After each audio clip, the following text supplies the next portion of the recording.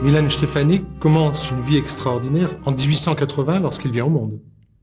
Donc il naît en Slovaquie. À l'époque, la Slovaquie est une province soumise à la Hongrie dans le cadre de l'Autriche-Hongrie, de ce qu'on appelle à l'époque la double monarchie. Dans une période au cours de laquelle il y a une forte émigration slovaque vers le Nouveau Monde. Il va s'en échapper, il va partir et réaliser une vie qui va devenir complètement mythique en fait, qui va s'écouler de 1880, donc sa naissance en Slovaquie, jusqu'en 1919, lorsqu'il va mourir dans un accident d'avion près de Pressburg, redevenu Bratislava, c'est-à-dire la capitale de la Slovaquie, dans cette grande Tchécoslovaquie créée par les traités de paix. Štefanik va partir à Prague où il va passer une thèse de doctorat en astronomie. Et de là, il va commencer un grand périple européen qui va toujours l'amener un peu plus vers l'ouest en Europe.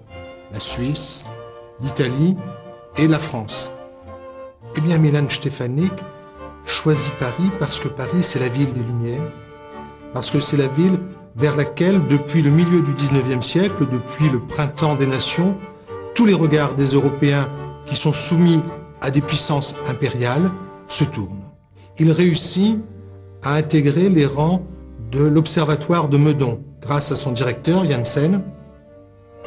Mais à Meudon, il n'a pas d'emploi au sens strict du terme, c'est un petit stagiaire qui vit d'expédients. Grâce à la famille Janssen, grâce à Madame Janssen, on voit progressivement les femmes arriver dans sa vie, eh bien, Štefanik trouve un petit emploi à l'Observatoire privé de Chamonix. Et il va obtenir d'Alfred de Monzy un certain nombre de missions qui vont l'emmener au Turkestan, qui vont l'emmener aux Galapagos, qui vont l'emmener dans l'archipel des Tonga, à chaque fois pour observer des phénomènes astronomiques. Au Turkestan, une éclipse. Dans l'archipel des Tonga, pour observer la comète de Halley. Aux Galapagos, pour établir des liaisons radioélectriques entre le Pacifique, le canal du Panama, l'Équateur et la France. Et petit à petit, eh bien, Štefanik commence à exister et commence à se nouer des liens dans les milieux politiques français encore très modestes. En 1912, moment important de sa vie, il obtient la nationalité française pour service rendu à la France. À la veille de la guerre, il a obtenu, à titre scientifique, la Légion d'honneur. Eh bien, le 2 août 1914, la guerre éclate. Mobilisé comme soldat de deuxième classe dans un régiment d'infanterie en août 14, terminant sa carrière en 1918 avec la fin de la guerre, avec le grade de général de brigade à titre temporaire dans l'armée française. Donc on s'imagine d'emblée un Milan Štefanik qui a été un grand chef militaire, un grand militaire, peut-être un grand héros. En définitive, pendant toute cette guerre, Milan Štefanik va gravir tous les grades de l'armée française, donc de deuxième classe à général de brigade, pour des raisons essentiellement diplomatiques. Parce que très rapidement, le basculement c'est fin 1915, Štefanik va entrer dans la lutte politique pour la disparition de l'Empire austro-hongrois, l'émergence des nations en Europe centrale et la création d'un pays dont on ne sait pas encore en 1914 comment il pourrait même exister et encore moins s'appeler, ça sera le moment venu, la Tchéco-Slovaquie.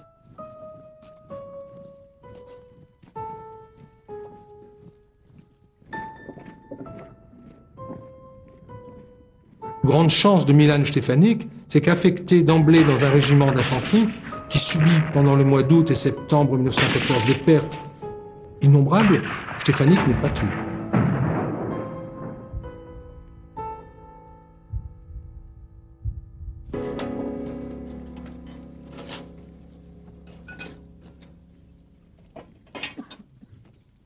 Son attirance pour l'aviation, qui remonte avant la guerre, lui permet de basculer comme élève pilote, caporal, de passer son brevet de pilote et bientôt d'être lieutenant-pilote. Là, il va faire une première rencontre qui va marquer toute sa vie militaire. C'est sa rencontre avec le général Jeannin. Le général Jeannin, qui est, disons, à l'état-major de l'armée à ce moment-là, à la demande de Štefanik, qui lui a adressé un rapport, une petite note en la matière, décide de le soutenir pour que l'on crée dans l'armée française une escadrille dont tous les pilotes seraient slovaques, en comparaison avec la première escadrille, la Fayette, dans laquelle tous les pilotes sont des volontaires américains qui sont venus se battre pour la cause défendue par la France. Stefanik est un jeune pilote dans une escadrille qui est quelque part en Artois, dans la région d'Arras, et Foch commande l'armée dans laquelle se trouve cette escadrille. Il vient visiter la base aérienne, tous les officiers sont rassemblés, le temps est horrible, il pleut, et les avions sont cloués au sol comme souvent à l'époque. Pour le commandant de la base, il pleut, donc il risque d'avoir encore du très mauvais temps pendant plusieurs jours et on ne pourra pas voler. Et là, Stefanik intervient en disant « Mais non, demain, c'est au moins ce que raconte l'histoire. Demain, il fera beau et on pourra prendre l'air. » Foch est attentif à cette remarque. Le lendemain, il fait beau, les avions décollent. Et il semblerait qu'à partir de cette date, on manque un peu l'archive sur ce point quand même. Eh bien, on est, grâce à Stefanik et à l'intercession de Foch, créé le premier service météorologique de l'aviation française, qui va permettre en fait de prévoir, avec des critères scientifiques de l'astronome qu'est Stefanik, eh bien, le temps qu'il fera demain ou après-demain, ce qui à l'époque pour des pilotes est quelque chose de très important. À ce moment-là, la Serbie, qui est en guerre depuis quasiment le mois de juillet 1914, bien, après avoir combattu victorieusement contre les Autrichiens, est attaquée simultanément par les Autrichiens, les Allemands et les Bulgares.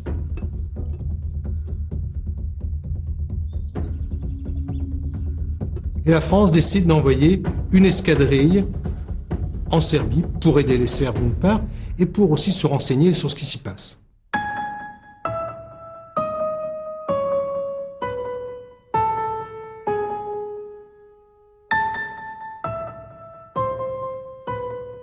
Stefanik est volontaire, il se retrouve en Serbie avec son escadrille qui est coupée en deux. Lui va servir au sud, il va observer les Bulgares.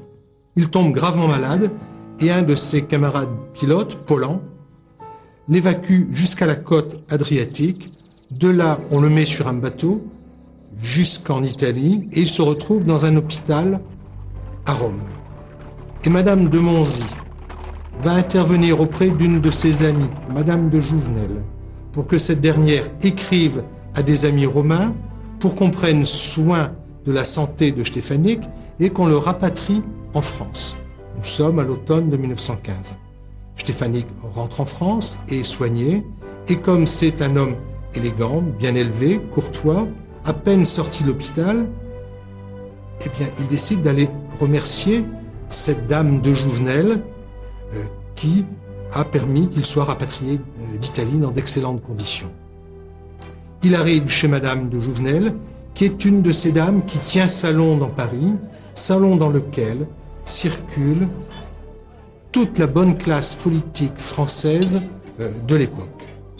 C'est un moment clé, on est en décembre 1915, à la fois de la carrière politique cette fois de Stefanik et de la naissance en France d'un comité national des pays tchèques qui sera l'embryon politique qui donnera en 1918 la Tchécoslovaquie. Il y a deux hommes qui déjà travaillent dans les milieux de la propagande politique, à Paris, Bénèche, à Londres, Masaryk, pour l'émergence de quelque chose en Europe centrale. Tomáš Garrigue Masaryk, il était député de Reichstag pour un parti qui s'appelait Réaliste. En fait, c'était une personnalité qui avait pas mal d'influence dans les pays tchèques. En fait, Stefanik est un ancien étudiant de Masaryk, même si Stefanik étudiait plutôt l'astronomie et les sciences exactes. Il aussi fréquentait des cours de Masaryk. Il appréciait beaucoup Masaryk. Mais vers la fin de la guerre, des relations commencent à se dégrader un peu. Du côté de Masaryk, il savait que Štěpánik peut apporter pas mal de choses pour la cause tchécoslovaque, mais en fait, en même temps, je crois qu'il y avait toujours une réticence, une distance. Beneš, qui a fait ses études aussi en France, à Paris, à la Sorbonne, vers le début du siècle. C'était aussi un très proche collaborateur de Masaryk. Il était très rigoureux, il travaillait beaucoup, c'était quelqu'un qui savait très bien ce qu'il voulait. Entre Beneš et Štěpánik, au départ, ils étaient grands amis. C'était des personnages assez différents. Et au fur et à mesure, des relations sont devenues de plus en plus pires. Beneš a dit qu'il ne veut plus coopérer avec Štěpánik. Même du côté de Štěpánik, il n'appréciait pas Beneš. Les deux personnalités étaient très fortes. Et ils étaient jaloux. Et, des relations n'étaient pas très claires. À mon avis, ils avaient de différentes opinions sur le statut de la nation slovaque dans la future Tchécoslovaquie. Masaryk considérait Beneš comme quelqu'un qui est très proche de lui. Il comptait sur lui pour la succession en tant que président. Ce qui s'est passé en 1935.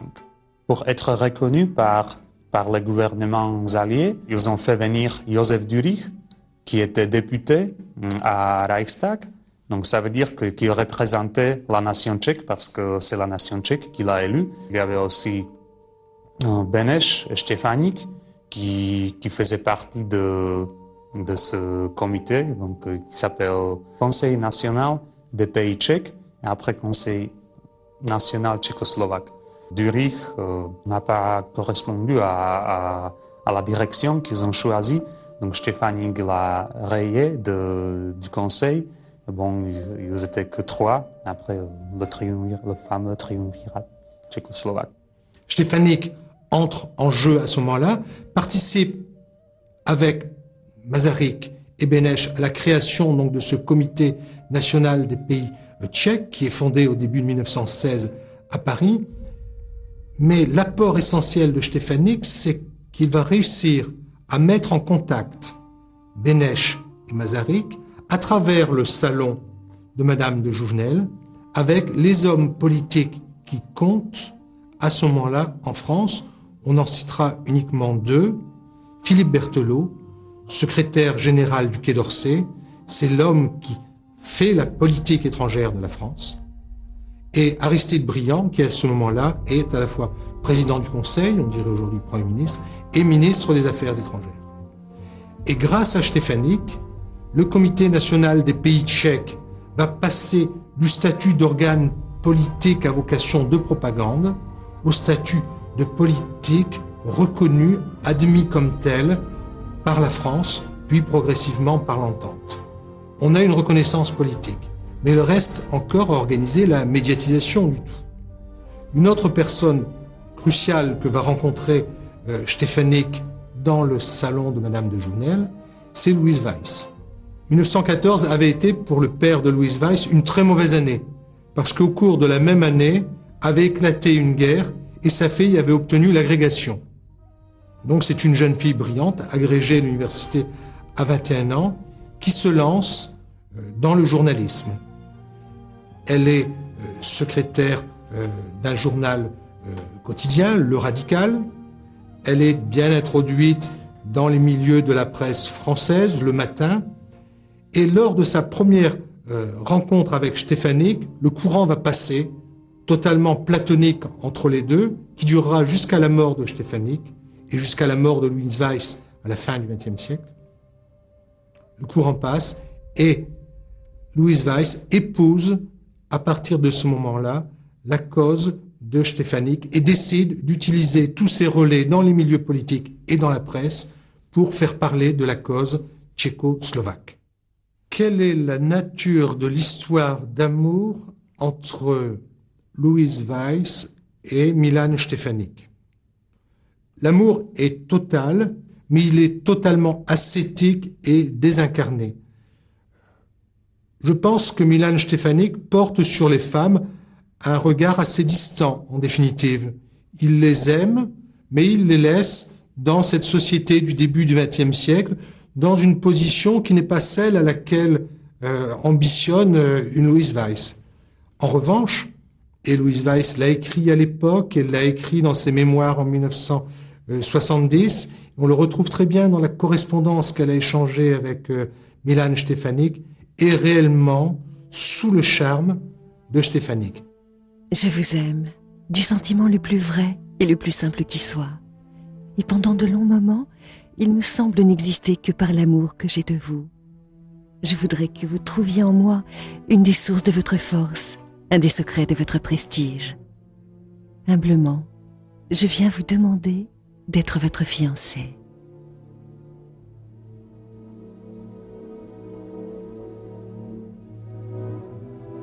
Cher ami, je pressentais la douceur inflexible de votre refus. Vous êtes juge mieux que moi des choses. C'est bien. Secrètement, j'espérais je ne sais quel miracle de l'intensité de mon émotion ou quel apaisement de votre réponse. On a tort de croire au miracle. Voyez comme je suis courageuse et gaie, et comme j'accepte votre volonté. Je reste votre amie, simplement. On se rend bien compte qu'elle a donné sa vie à Štefánik sans ne recevoir autre chose qu'un grand retour d'une affection sublimée, en quelque sorte. Dans la répartition des rôles entre Masaryk, Beneš et Štefánik, eh bien, la création sur le sol français d'une armée des Tchèques et des Slovaques va devenir son grand objectif de 1916 à sa mort, quasiment, de 1916 à sa mort. La question qui se pose, et qui est quand même intéressante, comment créer sur le sol français l'armée d'un pays qui n'existe pas? L'idée est simple, récupérer, trouver des Tchèques et des Slovaques partout où il y en a. Où sont-ils? Il y en a beaucoup en Russie, en Italie et en Roumanie. Pourquoi y en a-t-il beaucoup dans ces trois pays? Eh bien parce que les Tchèques et les Slovaques, en 1914, ont été mobilisés dans l'armée austro-hongroise, qui se bat d'abord contre les Russes, puis les Roumains et les Italiens. Il y a beaucoup de prisonniers de guerre. Souvent, les Tchèques et les Slovaques désertent pour rejoindre l'autre belligérant pour passer dans le camp de l'entente pour défendre leur cause. Donc, première idée, envoyer des missions en Russie, en Roumanie et en Italie pour convaincre les différents gouvernements de former des unités de Tchèques et de Slovaques. Le premier pays dans lequel il va partir pour plaider la cause et obtenir le recrutement, c'est la Russie. Pourquoi? Parce que c'est là où il y a le plus de Tchèques et de Slovaques prisonniers de guerre. Lorsqu'il arrive en Russie, il y a déjà un autre représentant du comité des pays tchèques, Đuriš, qui négocie avec les Russes. Alors là, en deux mots, opposition entre les deux hommes, parce que Đuriš est russophile, donc voudrait regrouper les unités de Tchèques et de Slovaques au sein de l'armée russe, qui en 1916 combat toujours, on n'est pas encore en révolution, dans le camp de l'entente. L'idée de Štefánik est autre. Il est intimement persuadé que c'est en France que doit se créer cette armée. Pendant cet entrefait, Štefánik passe en Roumanie, rencontre la mission du général Berthelot, a des contacts avec le gouvernement roumain et obtient de prendre contact avec environ 1400-1500 Tchèques et Slovaques prisonniers de guerre qui sont enfermés dans la forteresse de Galatie. Et l'accord se fait pour que ces quelques 1400 Tchèques et Slovaques puissent passer en Russie, remonter vers la mer Blanche et embarquer vers la France. Il a l'accord de toutes les autorités, donc roi Ferdinand, Premier ministre Brătianu et général Berthelot, et le regroupement de ces prisonniers se fait à Chișinău. Deuxième lieu dans lequel il souhaite recruter, nous sommes maintenant en 1917, les États-Unis. Il embarque à Brest en direction des États-Unis, où il espère recruter le plus de Tchèques et de Slovaques possible. On verrait bien de recruter 20 à 40 000 hommes. Mais entre-temps, lorsqu'il arrive aux États-Unis, les États-Unis sont entrés en guerre. Le mois d'avril 1917 est passé. Et la situation, une nouvelle fois, est complexe. En avril 1917, les États-Unis sont en guerre contre l'Allemagne. Mais ils ne seront officiellement en guerre contre l'Autriche-Hongrie qu'en décembre 1917. Et on voit apparaître une nouvelle fois chez Stéphanik les grandes qualités de diplomate qui sont les siennes, puisqu'il va entrer en négociation officielle à travers la représentation française à Washington avec les autorités américaines, et va obtenir un accord.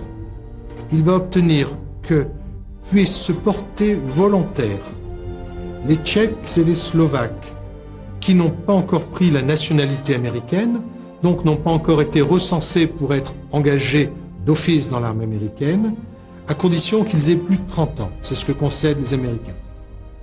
Entre-temps, notre comité politique, qui est installé rue Bonaparte à Paris, donc le comité national des pays tchèques, obtient de la France la création, avec ses premiers militaires qui sont arrivés grâce à Stéphanik de Roumanie via la Russie, des premières unités officielles de l'armée tchécoslovaque organisée en France. Les statuts sont donnés à cette armée. Le président Poincaré signe un décret qui crée cette armée, qui a une particularité exceptionnelle en définitive.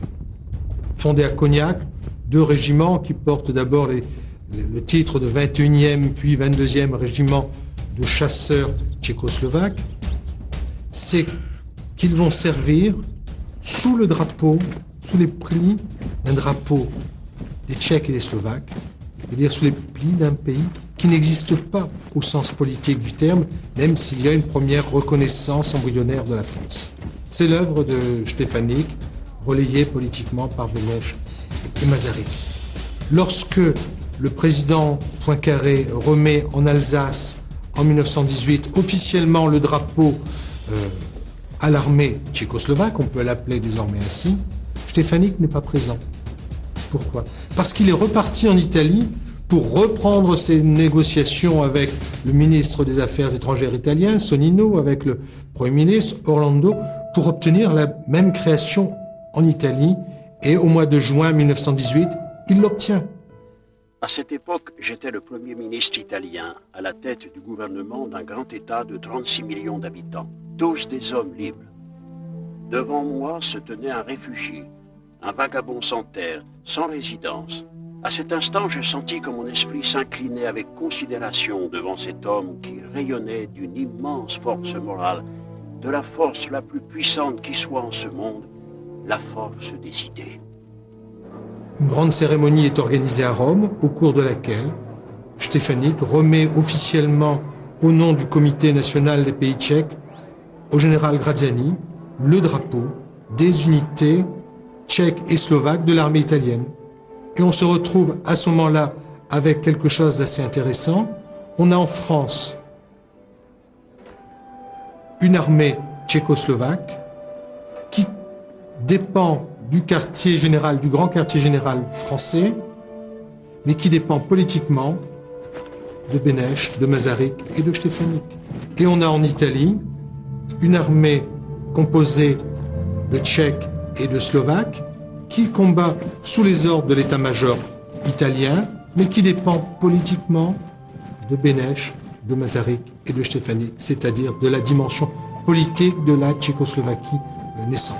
1917, révolution russe, d'abord gouvernement provisoire, puis gouvernement bolchevique, et on dénombre à ce moment-là environ 50 000, 60 000, on va monter jusqu'à 80 000 Tchèques et Slovaques qui sont un grand corps d'armée, en fait, tchécoslovaque, qui se trouve à la fois coincé, si on peut employer l'expression, à l'ouest par les bolcheviks et la Révolution et l'armée rouge en cours de se créer, et à l'est par cette grande immensité qu'est la Sibérie, qui est le seul chemin possible pour rejoindre par Vladivostok l'Europe. Ils ont commencé par se battre en marchant sur le long du transsibérien, souvent sur le train, souvent à côté, vont prendre des villes comme Kazan, comme Ekaterinbourg, et vont subir cette pression des bolcheviks donc, qui appuient et qui essayent de marcher vers la Sibérie. À ce moment-là, en pleine Sibérie, l'amiral Koltchak lui fait un coup d'État pour proclamer sa suprématie sur toute la Sibérie. Donc on a une masse armée, une armée tchécoslovaque, avec d'autres nationalités réunies, mais l'élément principal est tchèque et slovaque, coincé entre la Russie en révolution et l'amiral Koltchak qui a fait son coup d'État en fait en Sibérie. Lorsque l'Entente décide d'envoyer Stefanik en Sibérie avec le général Janin pour réorganiser toute l'armée tchécoslovaque et lui permettre d'arriver en Europe. Comment est-ce que Stefanik va rejoindre la Sibérie pour cette grande mission qui doit lui permettre de regrouper tous les Tchèques et les Slovaques qui s'y trouvent? Il part de Paris en train jusqu'à Brest. À Brest, il embarque sur un navire. Il vogue à travers l'Atlantique jusqu'aux États-Unis. Débarque, traverse les États-Unis en train, reprend un autre bâtiment, probablement un bâtiment de guerre, traverse tout l'océan Pacifique jusqu'au Japon. S'il fait un peu soigner, il est malade.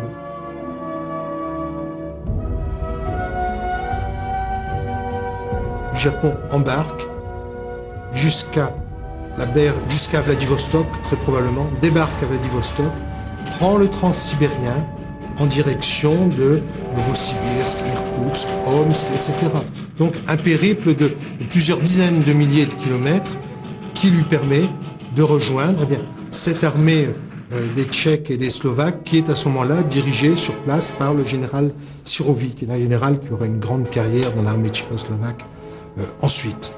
Arrivé sur place, normalement, les ordres sont de faire front face aux bolcheviks, donc de combattre, parce que à ce moment-là, l'Entente soutient les Russes blancs, principalement la France et la Grande-Bretagne, soutiennent les Russes blancs contre les bolcheviks. Lorsque Janin et Stefanik voient dans quel état de délabrement, de pauvreté et parfois de misère morale et physique se trouve l'armée tchécoslovaque, le corps d'armée tchécoslovaque, la décision est prise de rapatrier, de resserrer tout le dispositif sur le transsibérien et progressivement de faire route vers Vladivostok pour les évacuer. Une fois que cette décision est prise localement, Stefanik va refaire exactement le même voyage dans l'autre sens pour convaincre Clémenceau et Foch, ce qu'il va faire en mars 1919, de la nécessité de rapatrier tous ces Tchèques et Slovaques dans leur patrie, en fait. Les décisions prises localement par Janin et Stefanik sont entérinées par Clémenceau et Foch. Et donc, au mois de mars 1919, cette nouvelle et dernière mission en Sibérie se termine pour Stefanik.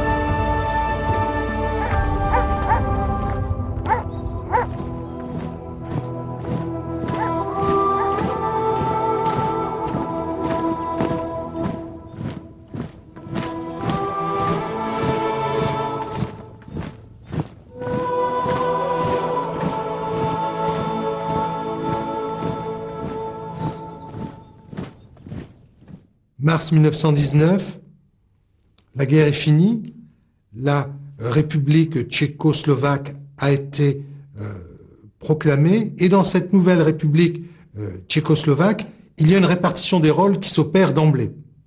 Masaryk, président de la République, Beneš devient ministre des Affaires étrangères, et on confie à ce général à titre temporaire français, Štefanik, est bien un officier français, le titre de ministre de la guerre. Štefanik admire Masaryk, et il l'admirera jusqu'au bout. Štefanik est comparé à Beneš le feu et l'eau. C'est-à-dire que chaque fois qu'on voit dans l'action de Štefanik l'intuition, l'impulsion, la nécessité de convaincre par le discours, on a en miroir inversé un Beneš, homme de dossier, bureaucrate, n'ayant qu'une qualité d'élocution relativement modeste. Et donc les deux hommes sont en permanence opposés parce qu'ils luttent pour la même cause, mais sont tellement différents qu'ils ne peuvent qu'être alliés de circonstances, en fait. Et les deux hommes s'opposent très fortement. Il est avant tout épuisé et j'ai l'impression que son état physique a une trop grande influence sur son état psychique. Avec Štefanik, la paix est-elle impossible? Vraiment? Quand Štefanik fait comprendre qu'il ne veut pas être ministre de la guerre, plusieurs options sont possibles pour lui. On envisage deux choses. Première chose, qu'il devienne ambassadeur de Tchécoslovaquie à Paris. Mais Beneš trouve que l'idée est très mauvaise, en fait, il s'y oppose. Comment faire que la Tchécoslovaquie ait à Paris un ambassadeur de Tchécoslovaquie qui soit français? Donc on envisage une deuxième solution qui plaît tout à fait pour d'autres raisons également à Štefanik, c'est que Štefanik devienne ambassadeur de Tchécoslovaquie à Rome. Comme on sait que dans sa mission précédente, il y a rencontré la marquise Benzoni, avec laquelle il a une vie amoureuse qui n'est plus du tout platonique cette fois, et qu'il serait tout à fait possible qu'il se marie dans un avenir à déterminer, eh bien, l'idée d'une ambassade à Rome fait son chemin.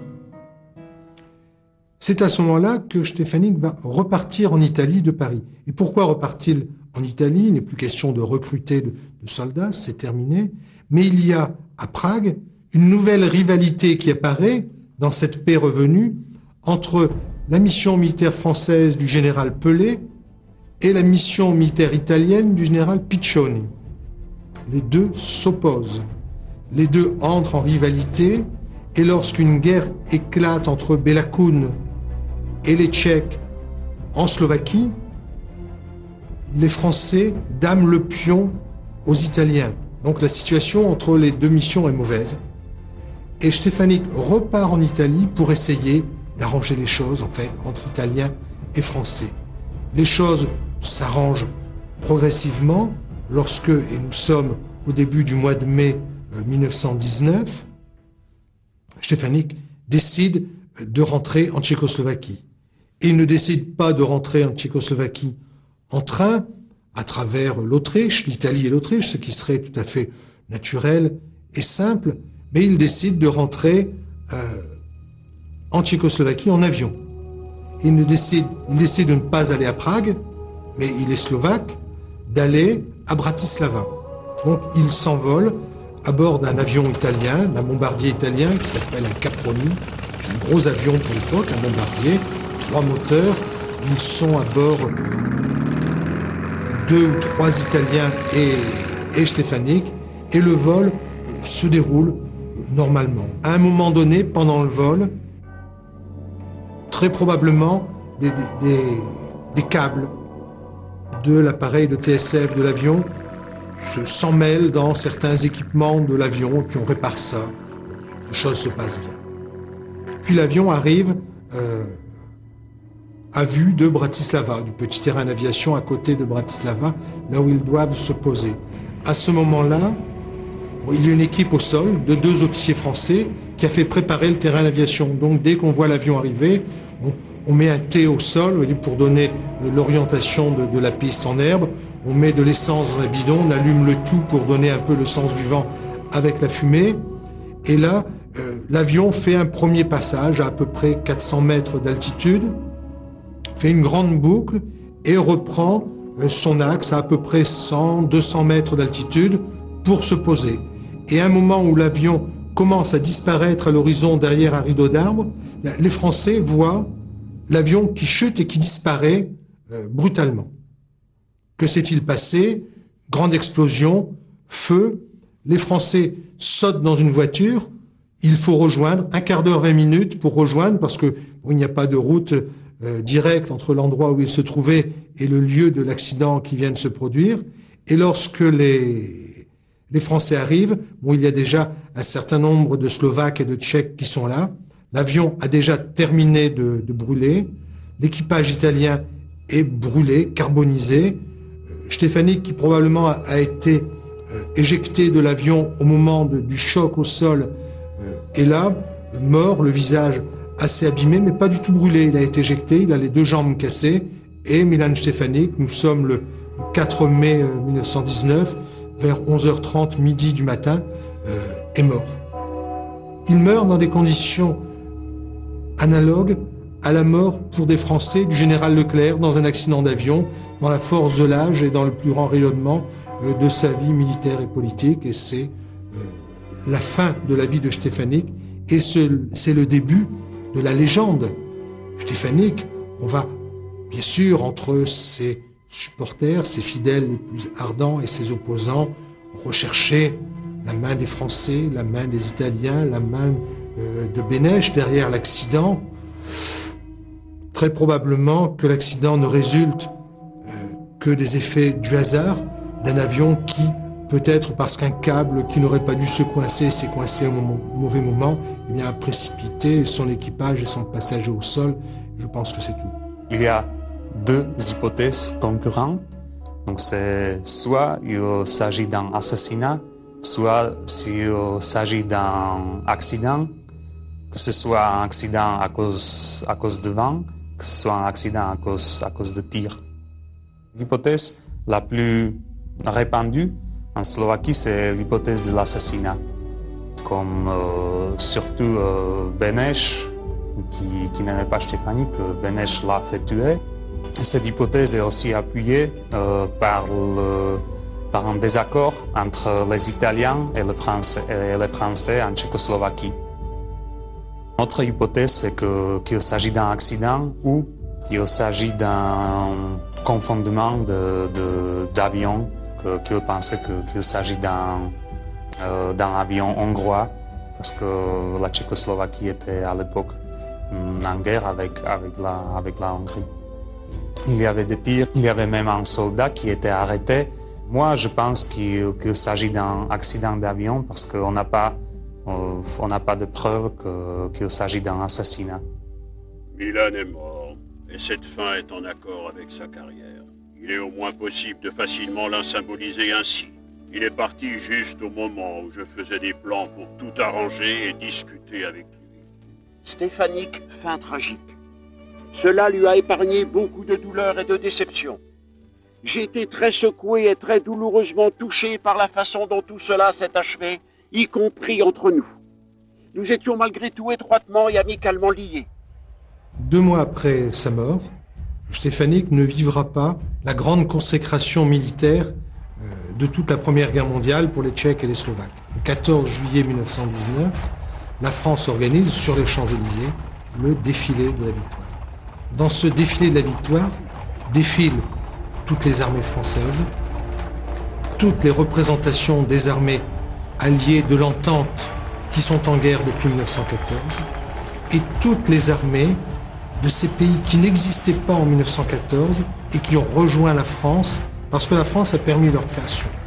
2 de ces grandes armées sont dans le défilé, l'armée polonaise d'une part, parce que la Pologne n'existait même plus en 1914 et existe à nouveau en 1918, et l'armée des Tchèques et des Slovaques qui va défiler derrière l'armée française drapeau tchécoslovaque en tête. Et là, on a une représentation de ces régiments de chasseurs tchécoslovaques à laquelle Štěpánik a directement participé à la création. L'un de ces régiments s'appelait Tatranský et l'autre s'appelait Štěpánik.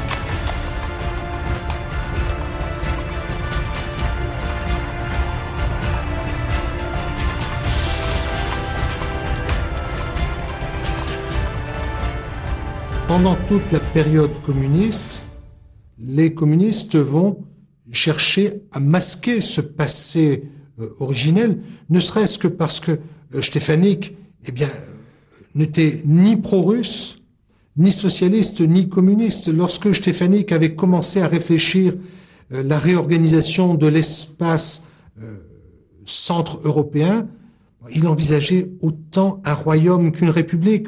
Il y a toujours dans une évolution, mais à différents moments. Donc, il n'est pas aimé. Et sa mémoire va disparaître, ou va être gommée, au moins de l'histoire officielle de la Tchécoslovaquie, incluse dans l'espace soviétique jusqu'à la fin de la guerre froide. Lorsque la guerre froide va se terminer et que la Tchécoslovaquie va décider de se séparés en deux nations, la République tchèque à Prague, la Slovaquie à Bratislava, de facto, Milan Štěpánik va devenir le père fondateur, le héros mythique, le héros de la Slovaquie moderne, parce que cet homme qui a été l'un des créateurs slovaques de la Tchécoslovaquie ne pouvait être que le héros de la Slovaquie naissante actuelle. Štěpánik est devenu le héros national slovaque. La population s'est appropriée rapidement ce nouveau héros. Il est mort à 39 ans. C'est un destin romantique et, comme on dit, héros antique, héros tragique. Mais en même temps, il faut dire qu'il s'agit vraiment d'une carrière exceptionnelle. Štěpánik, pendant sa mission en Sibérie, il était fortement anti-bolchevique. Après l'arrivée au pouvoir des communistes, ces statuts étaient détruits. Il n'y avait pas de mention dans des manuels scolaires d'histoire. C'est une place à Bratislava où il y avait une statue de Marie-Thérèse qui était détruite par les légionnaires tchécoslovaques. En fait, après, dans cette place a été construite la statue de Štěpánik et dans Lyon, un symbole de la Tchécoslovaquie. Hitler a dit que Dicat se musvek, ça veut dire que ce chat doit disparaître, doit être enlevé. Donc le chat a été enlevé, il n'y avait que Štěpánik. Après, les communistes ont enlevé Štěpánik. Après la chute du communisme, il s'agit d'une explosion des ouvrages, des mémoires sur Štěpánik. Štěpánik est devenu un symbole de l'orientation pro-européenne slovaque, de l'orientation pro-occidentale. Maintenant, il sert comme un symbole en même temps en tant que Slovaque, mais Slovaque qui est fortement pro-européenne, cosmopolite. On a l'impression que Milan Štěpánik, de façon tout à fait inconsciente, a vécu une vie très courte en ayant le sentiment ou la conscience de son destin, d'un destin qui serait court, et sa vision du monde a été d'autant plus longue que son destin a été court. Pourquoi dire cela? Parce que lorsque Louise Weiss évoque ses discussions avec Milan Štěpánik, elle parle souvent de la construction, dans son Europe nouvelle, d'une Europe des nations, qui est celle à laquelle aspire, quelle qu'en soit la forme, Štěpánik. Et Štěpánik, dans les discussions qu'il a avec Louise Weiss, au moins c'est comme cela qu'on a parlé de Louise Weiss après sa mort, nous annonce par exemple l'émergence d'un Extrême-Orient avec lequel il faudra faire affaire parce que ce sera un Extrême-Orient très peuplé et qui devra assumer un retard technique très grand par rapport à l'Occident, ce qui a été une réalité du XXe siècle. Et Štěpánik, le pilote, l'astronome, cet homme qui regardait toujours dans les étoiles, envisage même la conquête de l'espace. Et il envisage la conquête de l'espace comme étant une nouvelle frontière de l'humanité qui fait que les hommes partiraient à la conquête de l'espace et qu'en contrepartie, l'humanité vivrait en paix puisqu'elle n'aurait plus à se disputer sur la planète Terre. Donc il y a vraiment dans leur relation quelque chose de très visionnaire sur l'avenir à la fois de l'Europe, du monde et même de l'espace, ce qui est assez remarquable en si peu de temps en définitive et en pleine guerre mondiale. Oisive jeunesse, tout a servi. Par délicatesse, j'ai perdu ma vie. Ah, que le temps vienne où les cœurs se prennent.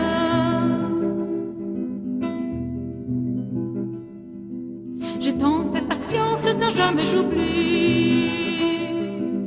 Crainte et souffrance anxieuse en partie. Et la soif malsaine obscurcit mes veines.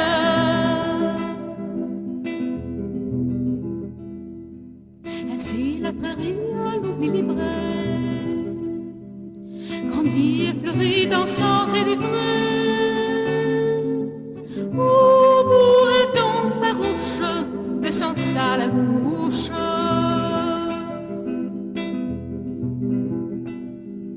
Parmi les beuvages de leur hippodrome qui n'a que l'image de la Notre-Dame.